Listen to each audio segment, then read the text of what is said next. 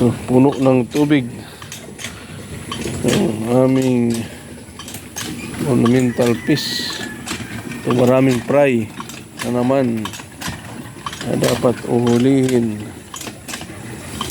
So, maraming fry na naman uhulihin. Nandun yung iba, malalaki na. 2 months na. Tagal lumaki dahil sa yung pakain kulang sa alaga. Dito yung iba ng mga muli. Yung ibang muli dito. Yan. Natumba ako. Bakit natumba? Yan talaga ang buhay ng may sakit.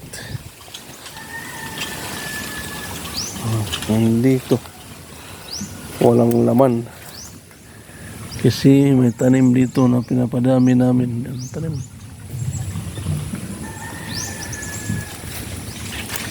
dito yung iba.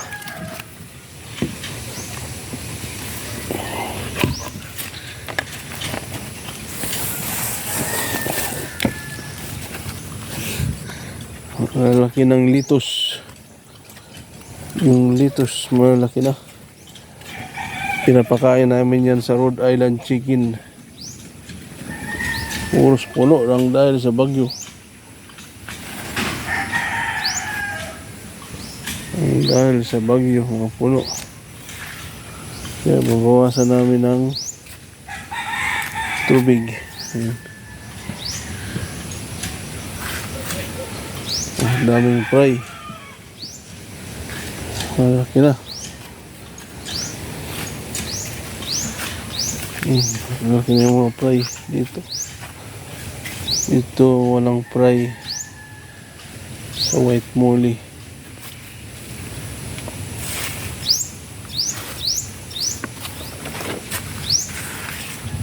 Andito yung beta fish namin. Meron pa rin danyo. May danyo pa rin. Marami pa rin danyo. Marami pala danyo.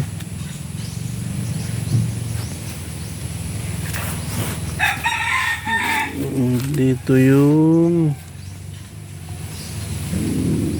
beta fish namin. Andyan yung beta.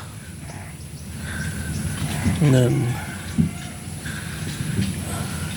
4 months old beta. Kulang sa alaga. Yung beta namin.